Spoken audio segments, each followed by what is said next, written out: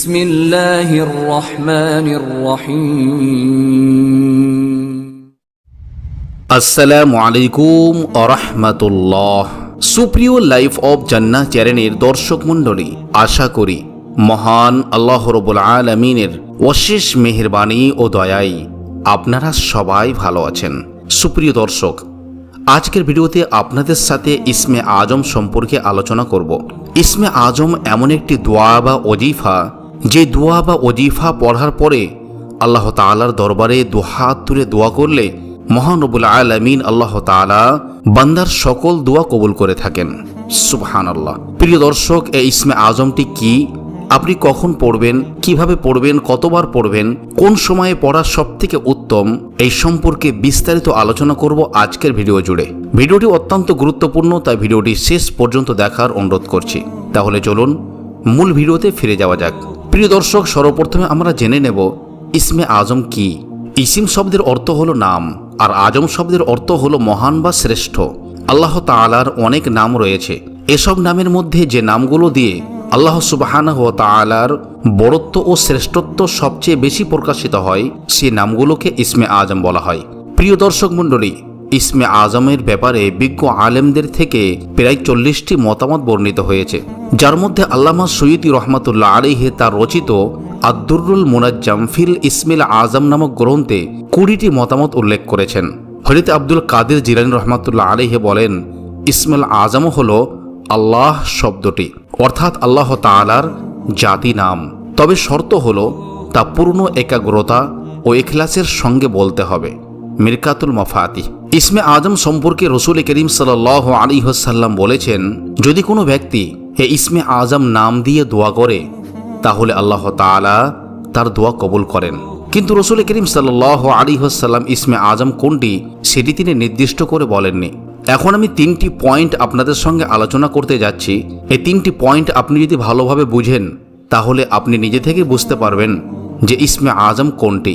তার মধ্যে একটি হলো, বেশিরভাগ উলামা ইকরামদের বক্তব্য মতে ইসমে আজম হচ্ছে আল্লাহ তাআলার জাতি নাম, অর্থাৎ আল্লাহ। পরিপূর্ণতার যতগুলো বৈশিষ্ট্য আছে সব বৈশিষ্ট্য এর মধ্যে আছে, তাই একদল উলামা ইকরাম বলেছেন যে এটাই হলো ইসমে আজম। দ্বিতীয় দল বলেছেন আর রহমান আর রহিম, এটা হচ্ছে ইসমে আজম। যেহেতু কুরআনুল কারীমে আল্লাহ একটি ইসিমের মাধ্যমে তার পরিচয় করে দিয়েছেন। 3 নম্বর, আর একদল উলামা ইকরাম বলেছেন আল হাইয়্যু আল কাইয়্যুম, এটা হলো ইসমে আজম। যেহেতু আল্লাহ তাআলা তার সত্তার মহিমান্বিত দিকগুলো যখন তুলে ধরেছেন, তখনই কোরআন কারীমের মধ্যে এই 3টি আয়াতে এ কথা দিয়ে আল্লাহর পরিচয় করিয়ে দিয়েছেন। তবে নবী করিম সাল্লাল্লাহু আলাইহি ওয়াসাল্লাম দুয়ার ক্ষেত্রে যে 2টি জিনিস প্রাধান্য দিতেন সেটি হলো ইয়া জাল জালালি ওয়াল ইকরাম এবং ইয়া হাইয়্যু ইয়া কাইয়্যুম বিরহমাতিকা আস্তাগিস। তাই অনেকে এ কথা বলেছেন যে এটা ইসমে আজম, এজন্য রাসূল করিম সাল্লাল্লাহু আলাইহি ওয়াসাল্লাম এটাকে বেশি প্রাধান্য দিতেন।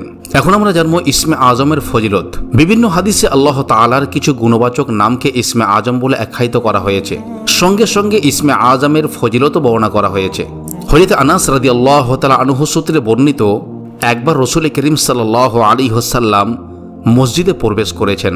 এমন্ত অবস্থায় এক লোক নামাজ শেষে এই দোয়া করছিলেন, আল্লাহুম্মা লা ইলাহা ইল্লা আনতাল মান্নান বাদিউস সামাওয়াতি ওয়াল আরদ ইয়া জাল জালালি ওয়াল ইকরাম।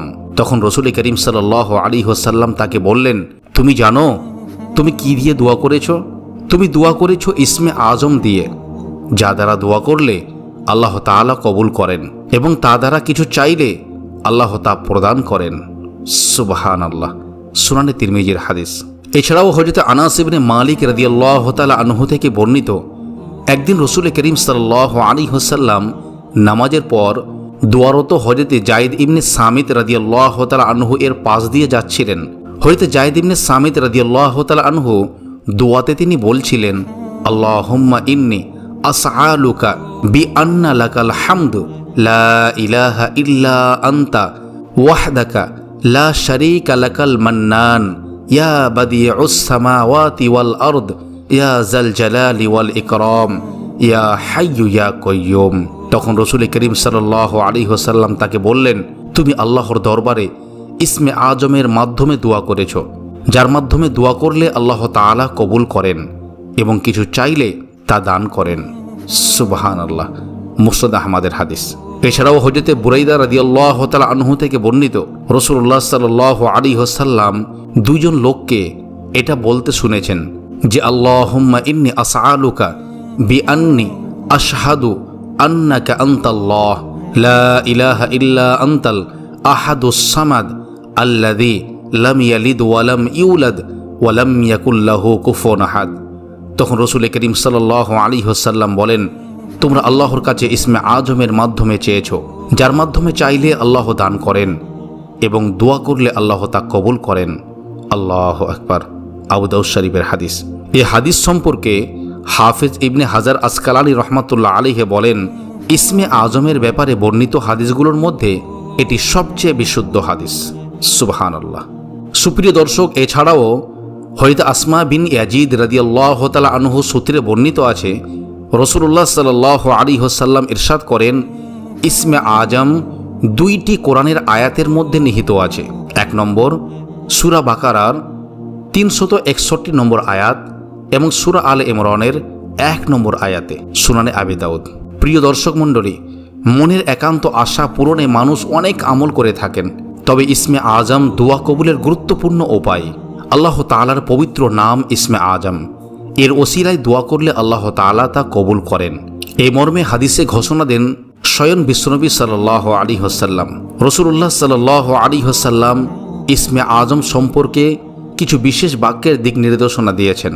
হযরত আব্দুল্লাহ ইবনু বুরাইদা আল আসলামী রাদিয়াল্লাহু তাআলা আনহু তার বাবা থেকে বর্ণনা করেছেন, রাসূলুল্লাহ সাল্লাল্লাহু আলাইহি ওয়াসাল্লাম এক ব্যক্তিকে তার দোয়া এভাবে বলতে শোনেন, আল্লাহুম্মা ইন্নী আসআলুকা বিআন্নী আশহাদু আন্নাকা আনতাল্লাহ লা ইলাহা ইল্লা আনতাল আহাদুস সামাদুল্লাযী লাম ইয়ালিদ ওয়া লাম ইউলাদ ওয়া লাম ইয়াকুল লাহু কুফুওয়ান আহাদ। এই দোয়াটির অর্থ হলো, হে আল্লাহ, আমি তোমার কাছে প্রার্থনা করছি আর সাক্ষ্য দিচ্ছি যে তুমিই একমাত্র আল্লাহ, তুমি ছাড়া অন্য কোনো মাবুদ নেই, তুমি একক সত্তা, স্বয়ং সম্পূর্ণ, যিনি কাউকে জন্ম দেননি এবং তাকেও কেউ জন্ম দেয়নি, আর তার সমকক্ষ কেউ নাই। বর্ণাকারী বলেন, রাসূলুল্লাহ সাল্লাল্লাহু আলাইহি ওয়াসাল্লাম ওই ব্যক্তির মুখে এই বাক্যগুলো শুনে তখন বললেন, সেই মহান সত্তার শপথ যার হাতে আমার প্রাণ, নিঃসন্দেহে এই লোক আল্লাহ তাআলার মহান নাম অর্থাৎ ইসমে আজম এর ওসিলায় তার কাছে প্রার্থনা করেছে। যে নামের ওসিলায় দোয়া করা হলে তিনি কবুল করেন এবং যে নামের ওসিলায় কোনো কিছু সাহায্য প্রার্থনা করা হলে তিনি তা দান করেন। আল্লাহু আকবার, আল্লাহু আকবার। তিরমিজি ও ইবনে মাজার হাদিস। এ হাদিসের আলোকে দুনিয়ার অনেক হাদিস বিশারদ বলেছেন এটি সেই দোয়া যেটিকে ইসমে আজম বলা হয়। এছাড়া আল্লামা ইবনে হাজার আসকালানী রহমাতুল্লাহ আলাইহি এ হাদিসটিকে ইসমে আজম এর সবচেয়ে নির্ভরযোগ্য ও বিশুদ্ধ হাদিস হিসাবে আখ্যায়িত করেছেন ফাতহুল বারী। এই ইসমে আজম পড়ে আল্লাহ তাআলার কাছে মনের আশা আকাঙ্ক্ষা পূরণে দোয়া করলে অবশ্যই তিনি বান্দার মনের সব ভালো ও কল্যাণকর আশা আকাঙ্ক্ষা পূর্ণ করেন। সুবহানাল্লাহ। সুতরাং মুমিন মুসলমানের উচিত নিজেদের একান্ত কল্যাণকর চাওয়া পাওয়া পূরণে আল্লাহর প্রতি আন্তরিকতা, ভালোবাসা, শ্রদ্ধা, বিশ্বাস, ভক্তি এবং আস্থা ভরসা রেখে সংক্ষেপে ইসমে আজম এর আমল করা, আল্লাহকে ডেকে ডেকে মনের চাওয়া পাওয়াগুলো পূরণের আবেদন করা। প্রিয় দর্শক, এই ইসমে আজমের আমলটি আপনি কখন করবেন? এই ইসমে আজমের আমলটি করার সবথেকে গুরুত্বপূর্ণ দুইটি সময় সম্পর্কে আপনাদের বলবো। আর এই গুরুত্বপূর্ণ দুইটি সময়ের মধ্যে 1 নম্বর হলো তাহাজ্জুদ নামাজের পরে।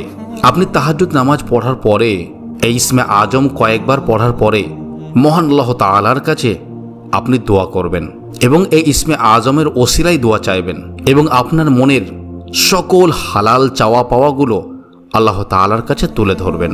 ইনশাআল্লাহ আশা করা যায় আল্লাহ তাআলা এই ইসমে আজম পড়ার বরকতে আপনার সকল মনোবাসনা পূর্ণ করবেন।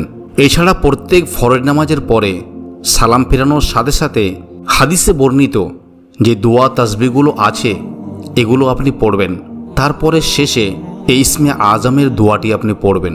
তারপরে আল্লাহ তাআলার কাছে আপনার সকল হালাল চাওয়া পাওয়াগুলো তুলে ধরবেন। ইনশাআল্লাহ আশা করা যায় আল্লাহ তাআলা আপনার সকল মনোবাসনা পূর্ণ করবেন। সুপ্রিয় দর্শক মণ্ডলী, আজকের ভিডিও এ পর্যন্তই ছিল। ভিডিওটি ভালো লাগলে লাইক করবেন এবং এই ধরনের ভিডিও পেতে আমাদের চ্যানেলটি সাবস্ক্রাইব করে আমাদের সঙ্গেই থাকবেন।